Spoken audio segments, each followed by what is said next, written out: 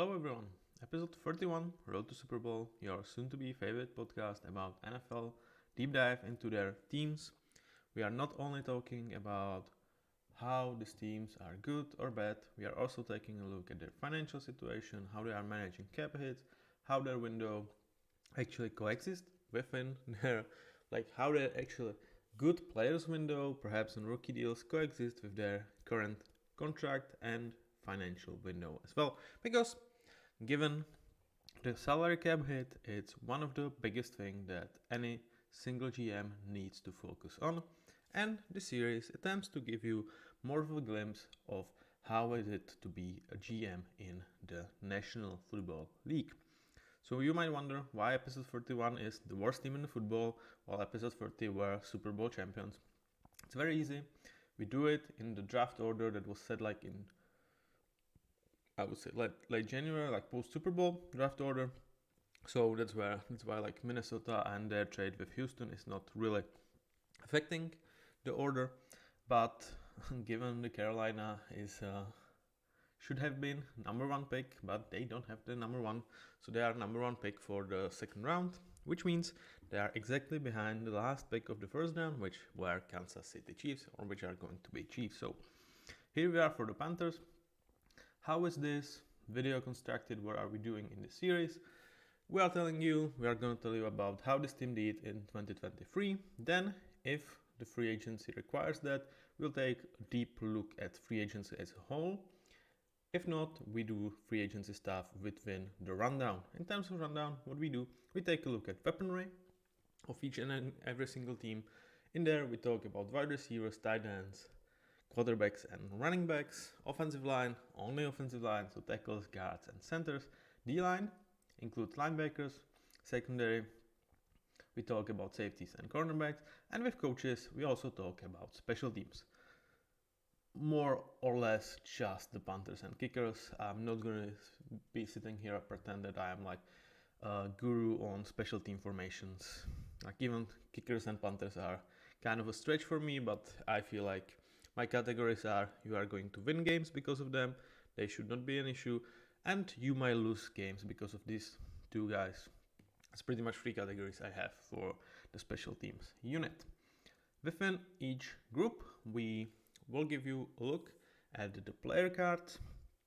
For the purposes of this series, they have been designed, and it's your chance to understand and to actually see the guys sort of face to face, in order so you actually know who you're rooting for, not just by the name but as well as the face. And it's there's 32 teams, right? There's 53 men on active roster, almost 100 or more than 100 entering training camps. So it's really impossible to actually know everyone face by face. So that's why we are doing this. Overall, we take a look at about 30 to 40 players, which are either significant contributors for last season or they have a chance to be in this year. So you might see here guys that are no longer on the roster, but they were for 2023. For each team, we also do topics to discuss. They are specific to the team in question, so they are not in general what you have for every single team in this Road to Super Bowl podcast, which is, for example, rundown. We do it for every single team. The same with mock drafts that come after coaches. The same with what happened in 2023. These are topics specifically to this team. Here the topics are actually kind of coexisting next to each other, because they are more or less all focused on Bryce Young, which is by far the biggest topic for this team. That's why all three topics are actually really circling about and around him. But before we start with those topics, let's take a look at 2023 season. Carolina entered that season with actually a lot of people having them as the best team in the worst division in football. I did not. I favored Atlanta Falcons, but Desmond Ridder kind of took my hopes away. I cannot blame pretty much anyone else, but Desmond, he was really, really bad. But when you look at the division, it was really a division to take, and the fact that Carolina was atrocious even within this division, it's really, really worrying, right? And I think it's the first time in history, I'm not sure if it happened ever, that you would be a number one pick, but you don't have it, right? That's really a problem. What is there more to say, right? They went 2-15, lost all 9 games on the road,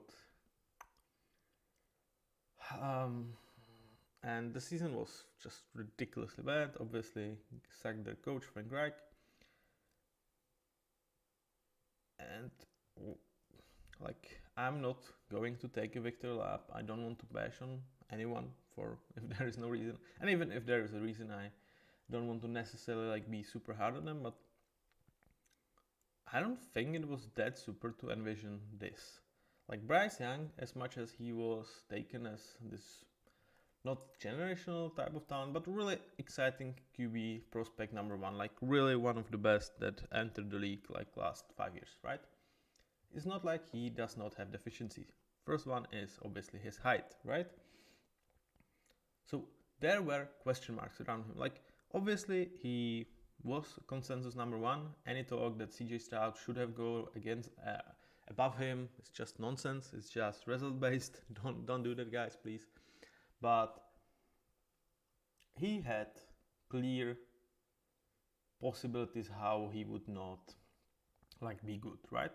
And not only that, you just did such a bad job actually putting the guys around him, because when you look at that roster, like your best weapon was Adam Thielen. I mean, nothing against Adam. I have utmost respect for his career, for what he has done as an undrafted player. But he just does not have the juice. Like, he is not mobile as he was. Like, he cannot separate. Like, yeah, he has sure hands. He is like very smart. He's your QB, tries to be best friend, but he just doesn't have it anymore in terms of like, you know, getting separation, really beating cornerbacks 1-1-1. And I understand the process was we are spending second round pick high with Jonathan Mingo, and we have like some young other weapons like Terrence Marshall, and we believe that Bryce will elevate these guys. That's really a tough ask for a rookie QB, and it might have been the case if you haven't had just literally the worst guards play in the league. Maybe you can shake hands with the Giants because they were close to that, but it's not like they were entering the year without two reasonable guard, but they were both injury prone, right? And when essentially they got hurt, which was nothing you could not foreseen. Austin Corbett played 257 snaps, Brady Christensen 77, and then it became ugly. And it doesn't get any uglier than Chandler Zavala. With him, I don't want to bash on him because he was not ready to play. Like, he should have not been on the field.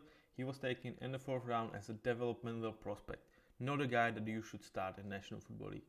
And the fact that he played almost 400 snaps and 250 of them were pass blocking snaps, and he got a grade of 7.1, just says you everything. Like, we were bashing on like Spencer Burford for the 49ers, as he was the second best in terms of pass blocking grade, but he had 26.7. Like, there was 20 gap, in terms of PFF.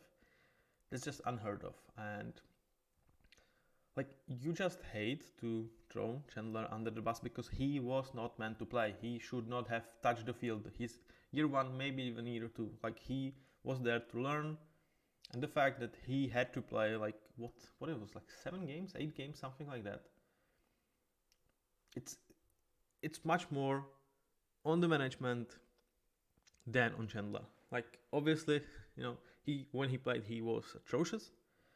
But it's not like he didn't put the effort. Like, it was always, like, the perception was, it's always going to be bad. So, you pair this with Bryce Young, when there is always pressure in the middle. You don't have quick separators. He's definitely like not the most mobile. It's not like he does not have a mobility, but he's not the most mobile QB. And given his height, he has limitations to like see the field, especially when there is like instantly a huge defensive tackle in your face. It's really hard to put the ball out. It's not like Bryce is free of blame. Whether it's he lost his confidence, where it's like the game just doesn't move slow enough for him, given that the transition from college to NFL is obviously very, very hard for QBs. But he missed a lot of throws. He was bad. Like, let's not sugarcoat it. He was bad. So in essence, that was as disastrous season as you could hope for. Not hope for, like as you could nightmared of in a way. But that's the past. And that's one of my topics. It's just don't look back. Don't think about we could have had CJ Stroud instead of Bryce Young. I would say CJ might have looked pretty much the same as Bryce if he was put in this situation. Like, obviously we will never learn that, and everyone's gonna be like, well, CJ is much better. He showed it. He didn't have like the greatest stuff in the Houston. He had better than this, and like, again, we cannot know. I don't want to compare them. They will enjoy a lot of comparison for pretty much the remainder of their NFL careers. And that's another thing. Like, don't put that in your head. Like, don't ever mention we should have put CJ over Bryce. If you are Carolina fans, if you are someone in the building, just don't do that. The reason for it is like, it's not that maybe we should relook the process and maybe there were some deficiencies that we could have known about, that we should have put him in a better situation. Do that.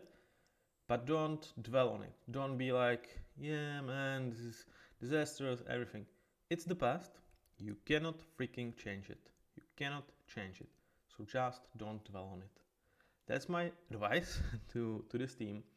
And it's not only with Bryce Young, because there's another player that I've heard a lot of moans from the Panthers Panthers fans about, and that's obviously Brian Burns.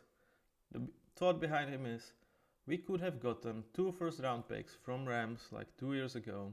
Now we got 2nd and 5th. Like, what an atrocious job by the management. Okay, again, fair criticism, but it's just don't dwell on it. The fact that 2 years ago something could have happened doesn't mean that trading away Brian Burns this year was a mistake, right?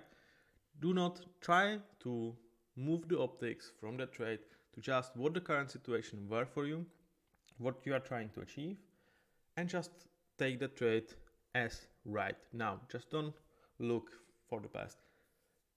And the reason behind it is, again, do your due diligence, and if you are general management for the Panthers, try to see why we are letting player go for significantly lower price than we could have.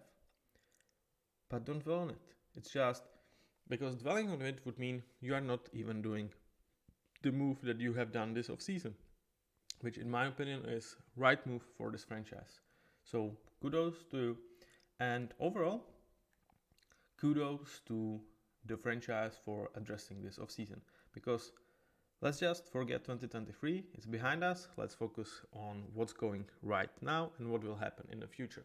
And I feel like what they have done is absolutely what they should have been doing in terms of free agency, because they pretty much, with Brian Burns, they traded away player that did not really want it to be there, was unlikely to be part of the future in terms of if you sign him for like, I'm not sure if he wanted to sign a long-term deal here. I don't think that was the case. But even if you manage to sign him for like next 2 years, 3 years, it's not like you expect yourself to be excellent in those 2-3 years. Maybe in like 27, maybe. Also, if he just was playing under franchise tag on just 1 year option, that is absolute bullshit for you, because again, 2024 is not about being exceptional. It's not about, going for a Super Bowl. So you don't need him for that. And you actually got decent enough compensation for him as the market is right now. And what have you done is pretty much, okay, we screw Bryce year one. We gave him an atrocious online. We didn't give him any weapons. Let's focus on that. And they have done it. They have signed Robert Hunt to mammoth contract, 5 years, 100 million. Do I think it's a bit of an overpay? Yes, I do. I feel like in my head he's just a very good starter, just on the edge to be an amazing starter. So like tier 2.5 in terms of guards. Which actually, like in terms of guards, means like top 10 to 15. He's really close. So I do understand. I will applaud you for this. I still think it's a bit of an overpay. Also, what they have done, they have released several players, Bell, Hurst, Jackson, Bozeman. Jackson was actually traded, eating almost 15 million in dead cap hit, which again, I think it's very, very good choice by this organization, because what it does is it frees you up a little bit for the future, and you are not winning anything this year. So eating that cap in a year when you are not trying to win, or like you're trying to win but you are not expected to go into Super Bowl, very well done. One of the problems that this actually creates is you actually did not have that much cap space for this season, which meant you had to push some money down the line, which we will talk more in terms of rundown. So it doesn't come with some costs. And pretty much the rest of the offseason is, okay, let's protect Bryce Young even more. So bringing Damian Lewis. We believe Austin Corbett post-injury can play a center.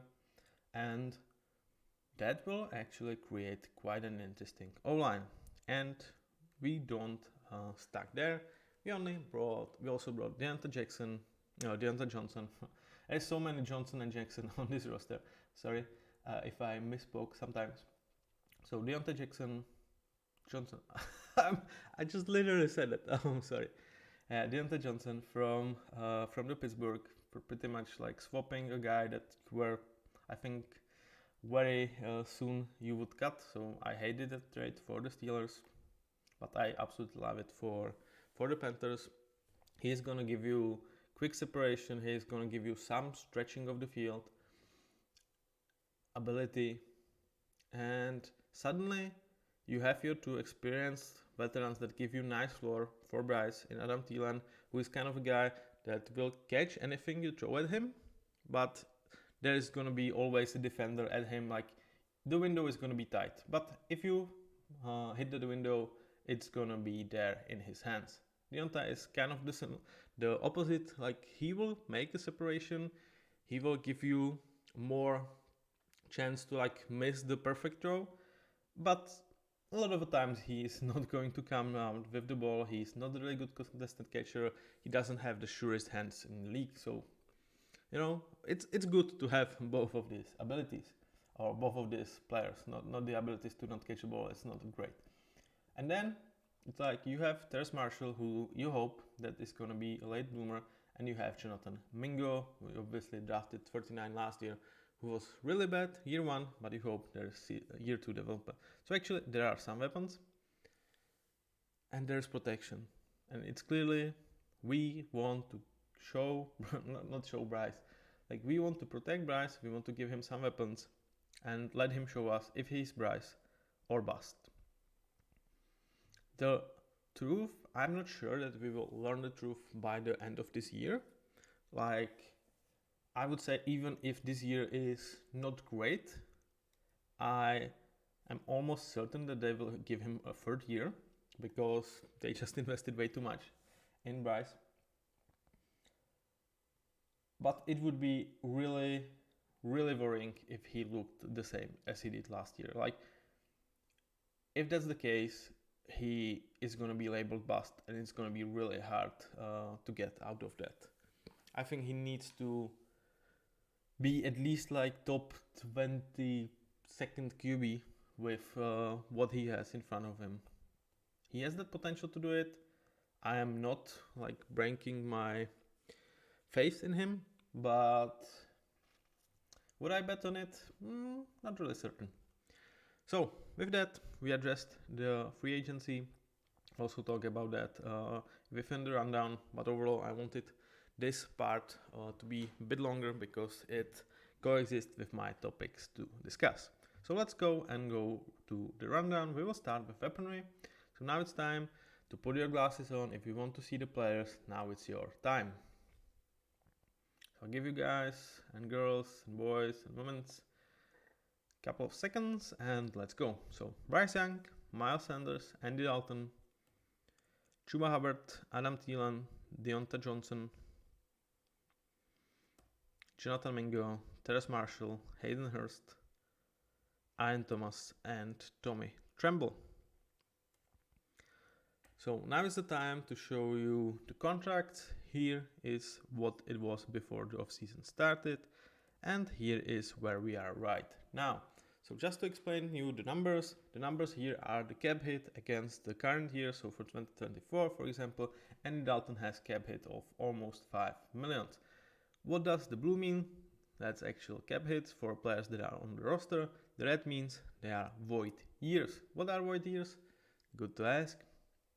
These are the years that you add to the contract in order to lower cap hit for current season or seasons. But what they mean is even if the player, like when the player is no longer on the roster for 2025, there is going to be cap hit. He's going to count against cap hit for that season while not playing for you. So for example, for Andy Dalton, you can either eat all of the money in 25, so it would be 2.9 million against the cap hit for that year, or you can stretch it to 3 years and eat almost $1 million for 25, 26, and 27. Why would you do that? Because of cap hit. You obviously have to do some mingling with money and be able to stretch them sometimes down the line in order to create a situation that you want for current season. But if again we are gonna go back to my favorite team in this, Saints, it might really get out of your hand, and you just will enter every next year like 100 million against cap hit for players that are no longer on the roster, and it's really hard to come back. So you need to do it moderately, I think, in my opinion. So let's check these guys out. Bryce Young, Andy Dalton. I like the signing of Andy Dalton. I think he's at this point, he knows he's a backup, he is veteran, he's a good locker room presence.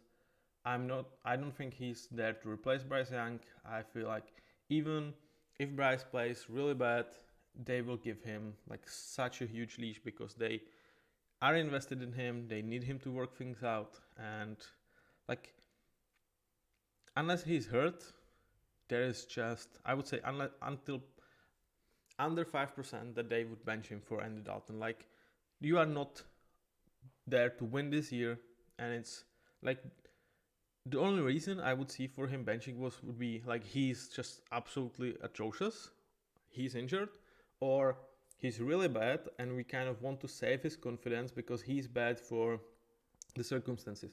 Perhaps the whole O-line is injured, or all the weaponry, like nobody can separate. We cannot give you guys, so we just want to save the leftovers of your confidence. That's the free reason I imagine he could be benched for Andy Dalton. Other than that, I just don't see it. Then, in terms of running backs, you have Miles Sanders on pretty bad contract. To me, Chuba Hubbard is a better running back. I didn't like the signing last off season. It doesn't, like, he was in the best situation for pretty much any running back in the league with the Philadelphia, the best O-line at the time. Jalen Hurts stretching the field because you have to respect him.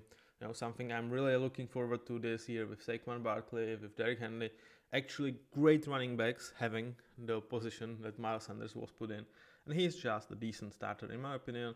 Good thing about him is you don't have to eat his salary for 25 and 26. You can cut him, and only rather than 15 millions against cap hit that he is owed, you can only have 3 millions. I think that's most likely what's going to happen post 2024, which also creates a bit of an issue because that would mean you don't really have running backs for next year unless you sign Chuba Hubbard to an extension, which will be costly, and maybe by cutting Sanders you will free money to do that, and that's that. In terms of wide receivers, we already talked about this group. It's nothing special, but it's just Deontay Johnson just makes it much better. You definitely hope for Mingo to rise up for second year, and now he's like your number 3 guy. That's much better situation for him. While last year there were times that you expected him to be number 1 because Adam Thielen really ran out of the fuel later in the year, and that's just not what he is at the moment. In terms of tight ends, really meh group. Like you are again, I said they've done good by Bryce Young. In terms of weaponry, it's much better just because you have Deontay Johnson, but it's not like there's anything great or very excited about. And it's pretty much you don't really have a guy for him that you believe is going to be there for like a couple of years. I think Jonathan Mingo, you hope, and that's pretty much it in terms of weaponry. Like, yeah. That's why I would actually, in several mock drafts that I've tried to do, I was waiting for like 14, 15 pick. If somehow Brock Bowers is still on the board, I'm making a move if I'm Carolina, because again, he would give you really quick guy to hit for Bryce Young. He would immediately give you third weapon that you, I think, really need. I mean, Adam Thielen and Jonathan Mingo in a way are kind of like half a weapon. Deontay Johnson is like 0.8 of a weapon. I think Brock Bowers would really make this offense look much better. I would not overpay. I would not trade up to get him like number 7, number 6. Like that would cost way too much, and we don't have that many resources here in Carolina. But if he's still up there, like pick 14, 15, it's not that costly to get him, in my opinion. You will see that with mock drafts. Overall, this group is D, close to D-, one of the worst QB by his current ability in the NFL. Running back room is decent, nothing special, and like pure passing weaponry is one of the worst in the league. Like it's better than it was last year, but it's still truly bad. So D to D-, it's better, but the fact that it's still D to D- just tells you everything about what last year was for this offense.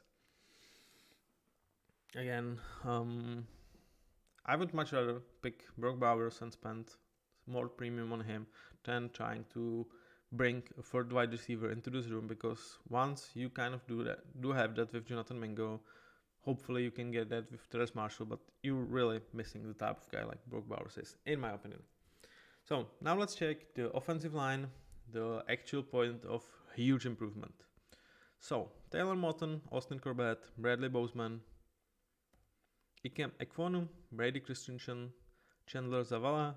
Again, apologize for throwing you under the bus. You were atrocious, but not really your fault. You should have not been on the page for year 1 in your NFL career. Cade May, Robert Hunt, Damian Lewis. So here we are before the offseason started, and here we are right now. So the two huge signings are Robert Hunt, Damian Lewis. They absolutely solidify inside of your offensive line. Like I said, I might be a bit down on Robert Hunt than some other people. I think he's a very good starter. He's on the verge of becoming an amazing starter. To me, he's just not there, but I can expect that movement to happen quite soon. You don't have a natural center guy here. I think Austin Corbett can definitely play there. With Damian Lewis, one of the funny benefits that you get out of signing him, he is actually small in terms of height. So he will make Bryce look actually taller than he is, because he will be able to see over Damian Lewis rather easily than he would against much higher offensive linemen. You have your depth with Brady Christensen, with Kate May, and with Chandler Zavala, who still, he's a prospect. I'm not losing faith on him. He's unproven solid backup, like kind of the worst grade I have here, but he's still worth mentioning here. It's just don't don't be too cruel on him. And then you have tackles. Taylor Moton, top 5 right tackle, top 7, really solid piece. You are paying him a bit too much for my liking. Like, it's right tackle, 30 million is just way too much, but he's solid, very good player. And then Ike Ekwonu, he had a bit of a down year, but you can address that to really poor guards next to him. Bryce, really, like, when you have QB that's really not doing the right decisions for good reasons or bad reasons, it's gonna hurt your grades even as left tackle. So he was like a 6th pick, 2022, and I believe that, or 21, I believe the arrow is definitely pointing up for him. Like, in terms of left tackles, he's probably like 20th best, because there's so many good left tackles in the league. But he definitely has potential to break into top 10, maybe even as early as the end of the season. There is definitely potential, and it's not like he, in those 2 years, that he was bad. He was always like good enough for what do you expect from really young left tackle. Okay, like, he was not Penei Sewell, alright, like, it's hard to be Penei Sewell, but he was very solid for rookie and second round left tackle, given the position and given the huge freaking struggles that you have for this O-line. So overall, this O-line is actually one of the strengths of yours. You have some depth. Maybe you kind of miss tackle depth, but you actually address that by signing Josh Neiman, 2 years, 8 million. Really just a good backup guy that you have here in order to prevent, if Ekwonu or Moton gets injured, you have your experienced veteran to be there. The same goes for O-line. You almost have too much of a depth, which kind of, even if like guys like Jackson Powers-Johnson are still up for the 31st pick, it kind of like makes you question if we should draft another O-lineman, because the room is quite full. But I don't think if you would draft a natural center, Austin Corbett is still injury prone. You have Brady Christensen on only 1 year. Both Zavala and Mays are like guys that you want to have on the bench rather than on the field. So if your 5 is Moton, Ekwonu, Hunt, Lewis, and Powers-Johnson, with Corbett on the bench, with Neiman, Josh Neiman, and Brady Christensen also on the bench, like, you have one of the deepest room in the league, and there is almost no better friends than a deep O-line, deep good O-line for almost a rookie QB. So overall, I will give this line a B+. You are missing a star, but you have really good players pretty much starting all over the place. There is no weak link. There's good backups. So I will give you the plus for this. Let's move to the defensive side of the ball and check the defensive line and linebackers, of course, as well. So Brian Burns, Derek Brown, Shai Tuttle, Amari Barno, Nick Thurman, Shaq Thompson, DJ Johnson, Frankie Louvu, Eshawn Robinson, and Josie Jewell. Alright, here we were before the offseason started. Obviously, I don't have Brian Burns anymore there, like it was expected for him to be traded. And here we are right now. So, pretty much one move that you brought here is Josie Jewell. Really like this move. He knows Ejiro Evero from the Denver. He's gonna be his left hand or right hand on the field, you know, commanding the defense, bringing good quality. You have not overpaid. Again, kind of my favorite approach to the linebackers. Just sign them when they are experienced enough. You don't have to struggle with like first couple of years of linebackers when they really struggle, and you just eat the benefits Josie is almost 30, so it's not like this is his first proper contract, but again, quite a good signing. Really like it. For the rest, there's just one guy that we have to talk, and that's Derek Brown. He is by far the best player on this roster. It's not even close. There is like 2 tiers between him. Maybe you can argue Robert Hunt is like 1.5 tier. All right, and he might be one of the players that you have not heard that much. Well, one, you don't have the stomach to watch Carolina games. I do not blame you. And two, he is not like a huge name, but he is huge in terms of play. Like, ask any Carolina Panther fan, he will tell you Derek Brown is absolutely amazing, and they will not be biased. Like, they might be biased, but they will be right about him. Like, this guy is absolutely ridiculous. Like, there are several great things about him. Okay, number one, you drafted him. Now you're paying him. Exceptional drafting. He was the 7th pick overall. You hit on him. He improves every single year. Like, really, he was top 10 last 2 years, and he still had best year this one. He played almost 1,000 snaps, which is for defensive tackle, that's really, really hard. That's Chris Jones, that's Aaron Donald territory. It means you are able to stay on the field for all 3 downs or 4 downs, if you are playing Detroit or if you are playing against Tush Push. He just doesn't come off the field. That's just so huge, man. He is just out there. Like, compare him to Dexter Lawrence. Maybe, I think Dexter Lawrence is probably a better player than Derek Brown right now. But he played almost 250 snaps left. Because there are situations that you don't want Dexter Lawrence on the field, or he just doesn't have stamina to do it. Derek Brown does. That's like so huge for him. And I'm super happy that they were like, okay, this offseason we are focusing on our offense, but we need that one cornerstone of our defense for the future, and we know we have it in Derek Brown. He got paid. It's 4 years. 4 year, 96 million. So I actually feel like that's, for the quality that he has, I actually think it's a bit of an underpaid.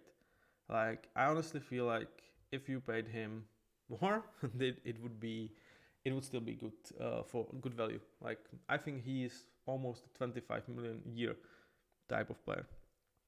So getting him for 4 years, 19 millions on average. For 2024, he still had like exercised 5-year option because of his injuries. So that's what he is cheaper this year, but they've reached the deal from 25 going forward. Absolutely love this pick. Love this, not pick, like pick as number 7 pick, but absolutely love this contract, and he's by far your best defensive player, best overall player, and he kind of is what should hold you afloat for this defense. So the rest of these guys, Shai Tuttle, you gave him a nice contract. He played really bad. All right. I think you need to address inside.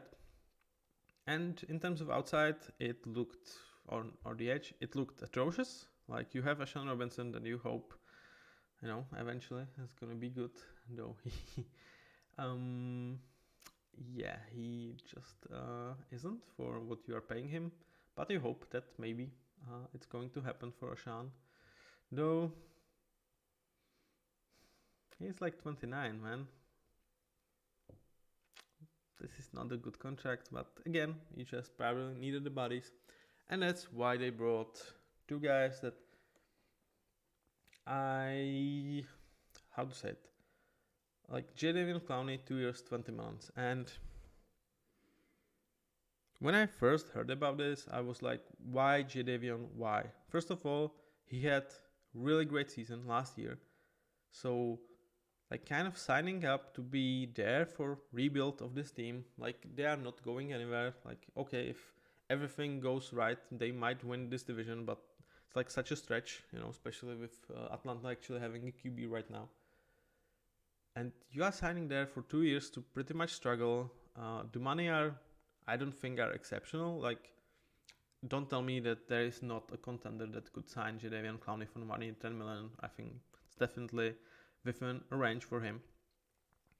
So I don't get it. From Carolina perspective, first when I heard it, I was kind of like, why are you doing this? You are not getting anywhere. Why are you signing the old veteran?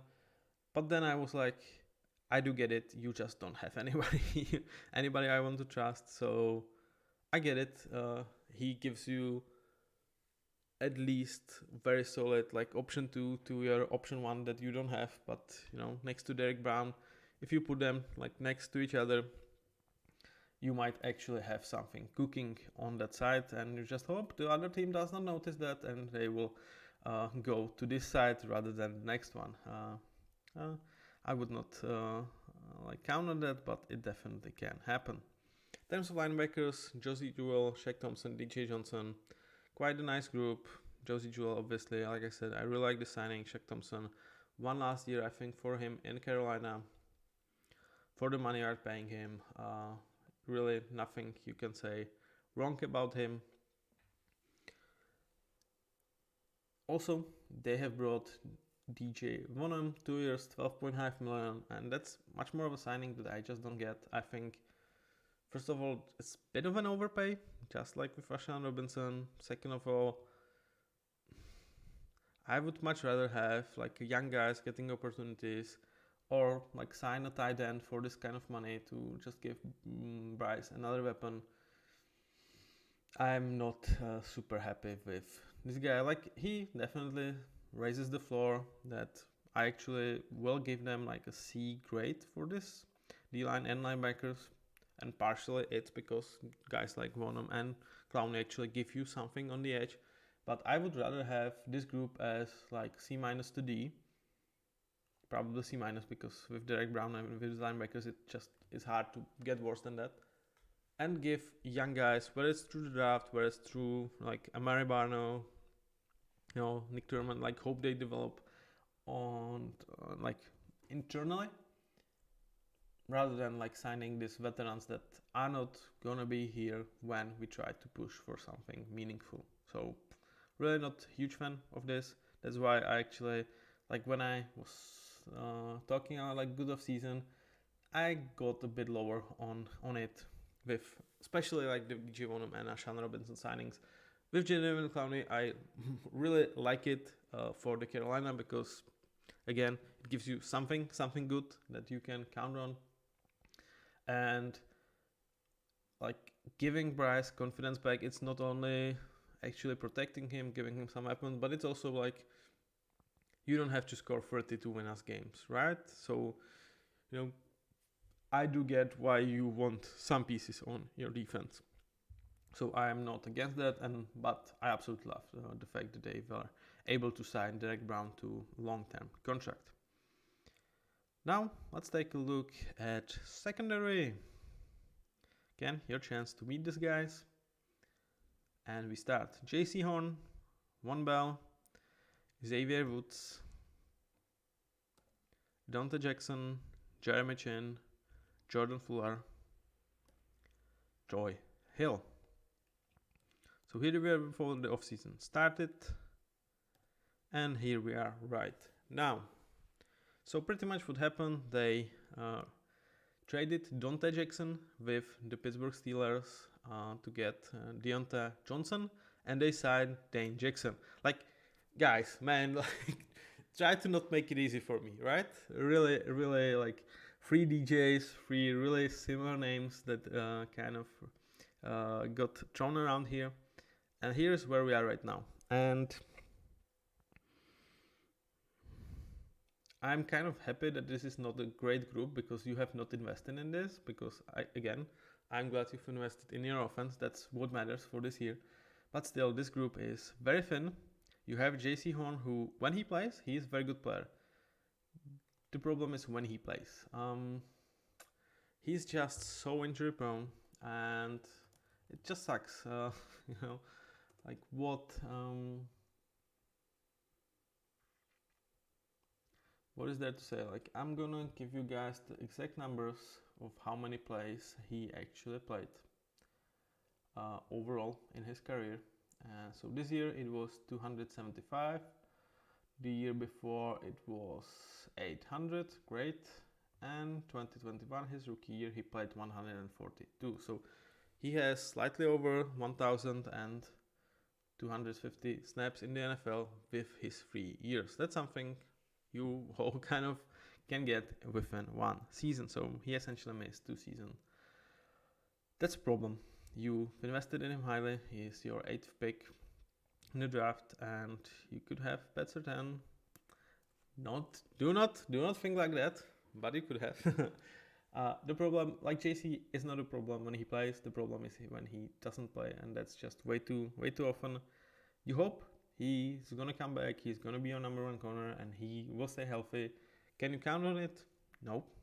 And that's where a problem arises, because Dane Jackson and Troy Hill, if they are your number 2, number 3 behind very good player, then it's like a serviceable room. If they need to step up as your number 1, that's a freaking problem.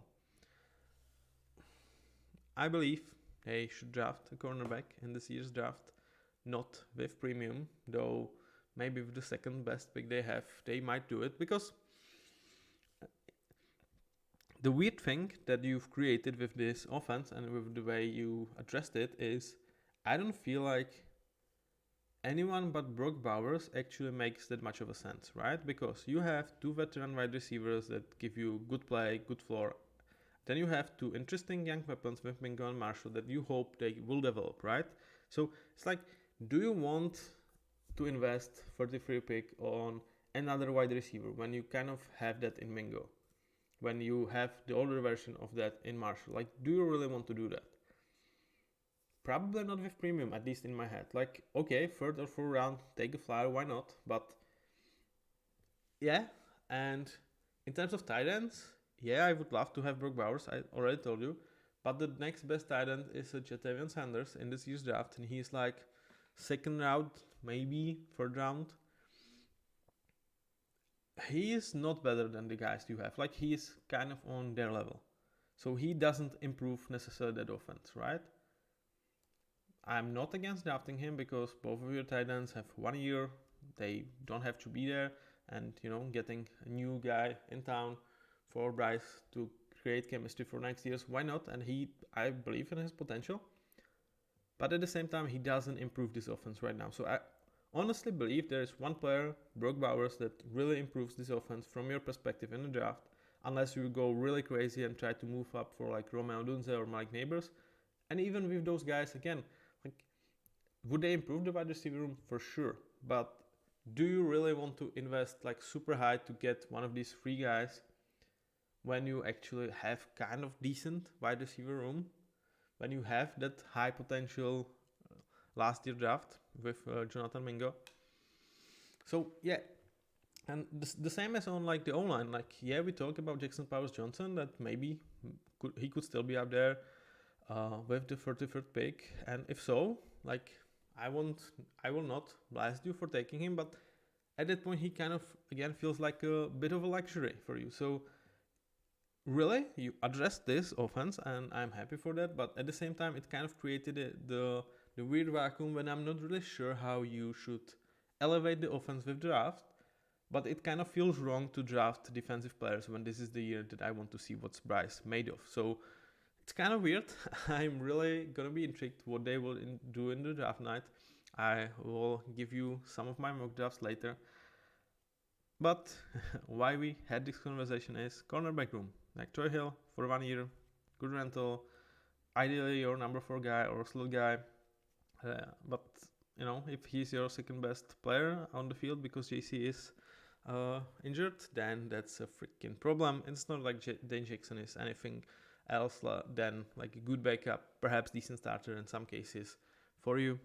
Depends on the scheme. And okay, with safeties, Xavier Woods, Jordan Fuller, good experienced group, kind of cheap for what they are. But you don't have them for 2025. Should you invest even in safety here? And again, like, it kind of feels wrong, but I can imagine then taking safety, 39, Tyler Nubin could be there, and 33, invest in a cornerback, and it feels wrong. It really feels wrong. So I'm not sure really on the strategy for them, and I'm gonna be really curious because it feels like you have so many needs on the defense that I want to address ideally, but then like this is not supposed to be a year about defense, so I'm really not sure what they're going to do. Overall, when I have to grade this, I need to give it C minus because like JC Horn, I have to count that he's out there like for 6 games, and when this happens, this is just a bet. Secondary, if he's out there, still probably something like C plus, I guess, because he's really good. But yeah, again, not a great secondary, and you probably pick JC's 50-year option if you believe he can stay healthy, but really not a nice group. Okay, now let's talk about coaches, special teams, and then we go straight to the mock drafts. So, Dave Canales as a hire.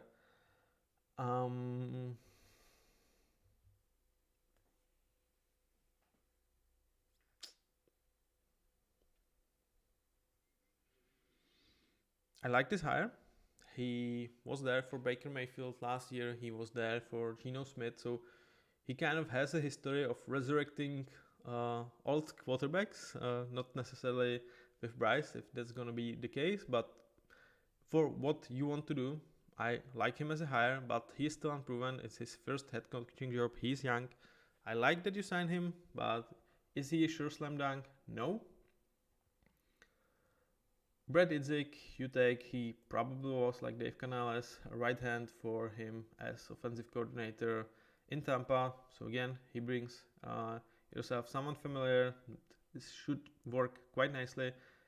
It's not like when you look at Tampa's offense last year, it was not spectacular, but you didn't have a spectacular cast. And if this is the same with Carolina, you kind of get good results with like mediocre cast, then it's a good job. And I think these two guys definitely have potential to do that.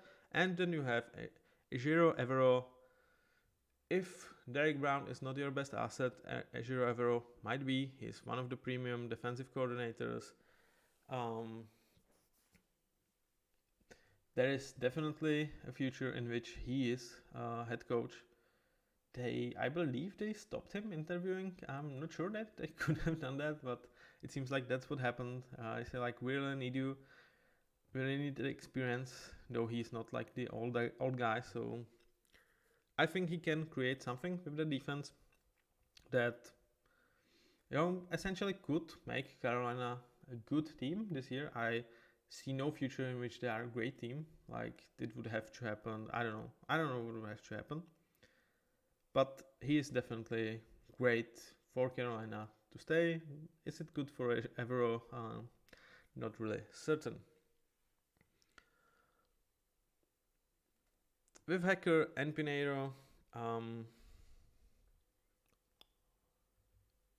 they should not be guys that will lose you games, though I think Shoney has his best years kind of behind him, and Eddie Pinheiro is slightly below average, so they are like almost a problematic group, but I would still believe like they are in a group that they should not lose you games. Overall, this coaching staff, I like what they are trying to do. I think they've made right decisions.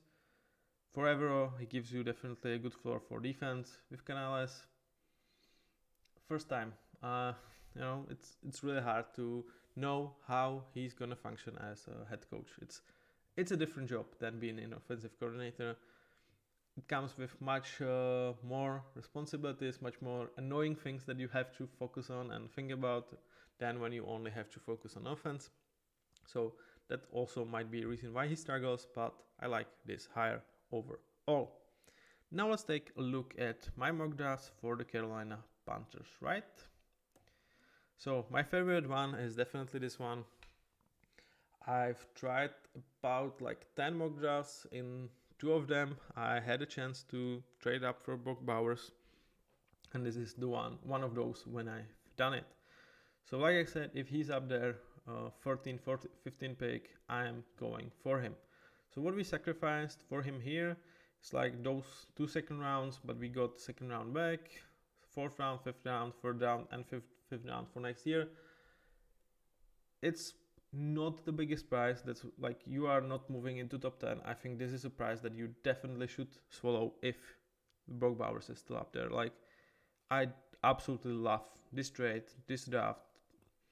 You know, like PFF agrees with me, but it's not just about them. I really feel like he is the only piece that I see you realistically not overpay shit ton of and elevate that weaponry for you. Then it was pretty much taking the best for what I need, which in my head, I really think they need a cornerback to address. And again, like that outside O-line, when you brought Clowney, when you brought Vonham, you have Barno. I feel like inside is much more of a problem. And I would really love to have a guy develop next to Derek Brown. And Brandon Dorlus really feels like the guy that could step up, play immediately, because with Derek Brown, he could definitely shadow a lot of his deficiencies and he could really develop nicely next to him. So this is my absolutely favorite mock draft that I have done for Carolina. I have not tried like 1,000 times in order to get this good. It was like 10 mock drafts and 3 or 4 of them I will show you. Next one is this. This one, I already talked about it. If Jackson Powers-Johnson is out there for my 33rd pick, I'm not opposed to take him. Also, when I have done it, I'm taking a luxury pick with my best option. That means I'm going to trade down so I get some more quality players out of this. What this really do is I feel like I absolutely solidify my offensive line, making it almost bulletproof for this year, and also quite a nice development and really great center out there, probably the best one in this year's draft. So I followed on my plan, drafted down with the Bengals, and then pretty much where went, okay, I need a cornerback again, and then you might question taking a tackle. I do not blame you. I feel like with Taylor Moton, I have really like expensive piece for right tackle that is not the best right tackle. Like if he's the best right tackle in the league, I can make myself willing to pay him for even 2025. But given what he is, given that he is over 30 now, and there might be, whether it's injuries, whether it's decline, and I could release him post 2024, saving over 17 million in terms of cap space, which is like on the edge of is he worth keeping at this point? And I feel like in a year it might be a question that I will say no. And in that case, it's really, I think, nice to have a tackle that I could then really move to. Also, I feel like he immediately could become rotation tackle even this year. But again, this is a kind of a luxury pick, really thinking going forward. And it was all about trying to take the best value that was out there.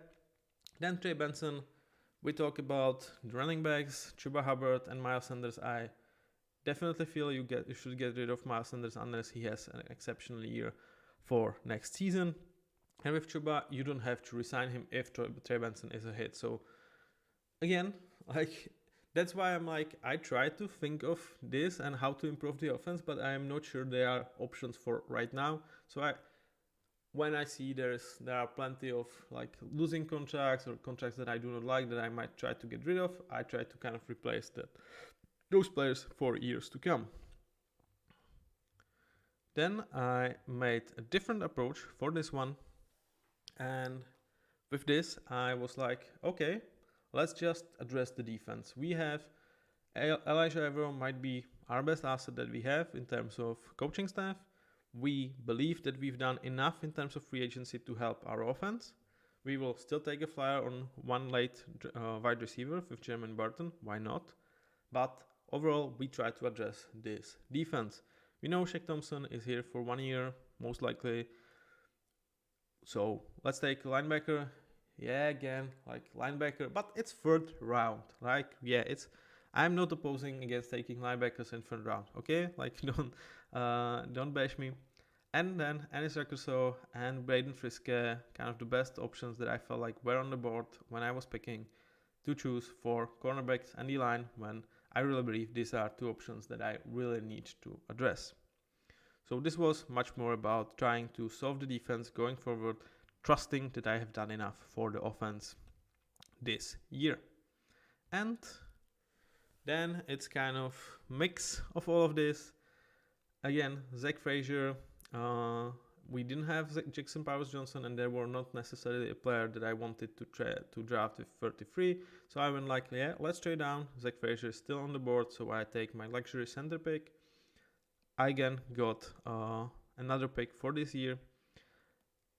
Again, we take Brandon Friske. Then Xavier Worthy is still somehow on the board with 65 pick, so all for it. Take Xavier. Max Melton adjusting the cornerback room. Trey Benson, again, we just talked about him within like future running backs. The only thing I kind of needed to follow to get this is next year third and this year fourth. I like what I get in return for this draft. So this is kind of a mesh when I'm trying to address pretty much every position that I want to address within one scope, and I have not sacrificed much to get it, but I didn't get pretty much any premium guys for any of the positions. It's most of like tier 2 guys. Like you can say Zach Frazier is like second best or even the best center in this draft, but again, this center, it's really hard to like say that he would in any universe, unless you are drafting like Creed Humphrey or Lyndon Baum. There are very few centers that are worth taking in the first round. So that were my mock drafts for the Panthers. Now let's just talk about their Super Bowl window, if it exists, and we will end with there. So I see no future in which Super Bowl window is this year. That's why, like with DJ Wonu signings and Jadeveon Clowney, I'm a bit more conservative. I can see winning you division because the division just sucks. Though like they, especially Atlanta, made really good moves.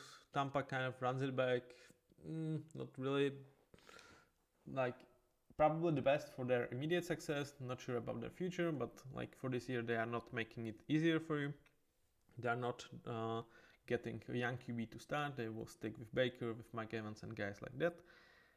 So very hard to win this year's division. It's all about Bryce Young, really, this year. So I don't really trust for this year's window. Next year, everything has to hit for you, man. Like, if Bryce Young, plays like CJ Stroud was last year, if he elevates this offense, if Jonathan Mingo, starts to be a player rather than a pretender out there, which really he was bad last year, then maybe next year you can think about actually being like top 2 team in the division. Like I said, for Saints, I don't see really bright future. For Tampa, they probably have quite a decent floor, but not the biggest ceiling. So you can eventually surpass that ceiling within this team. And year 3, like it's kind of the same conversation. It might be that 2026 is the most favorable for you because, like I said, with Atlanta, I believe that it might be a year when they will get rid of Kirk Cousins the way the contract is structured. It might be a year in which like Tampa's veterans like Mike Evans are actually trending down. And it also could be a year when maybe Saints will start to behave responsibly in terms of the cap hit, and they will eventually start to not push everything down the line. So I feel like 2026 could be your year. It definitely requires Bryce Young to be great, and this is all what is all about. Like, it might, when we predict this future, it might also be that for 2026 you are thinking how to get rid of Bryce Young, or you are like benching him or sending him for peanuts like Patriots did with Mac Jones, Bears did with Justin Fields. And you see, like, we gave you 3 years, it's just not happening, and we need to draft a new QB. And in that case, you are pretty much starting this process all over again. So the future is not super bright, but I can believe it could be Bryce. It might not be Bright, but it could be Bryce, okay? With that, I'm ending this episode. We will be soon back with 32nd episode of this podcast. We are just 2 days and a couple of hours away from the draft. Obviously, you will probably see this episode released later, but hopefully like in a day.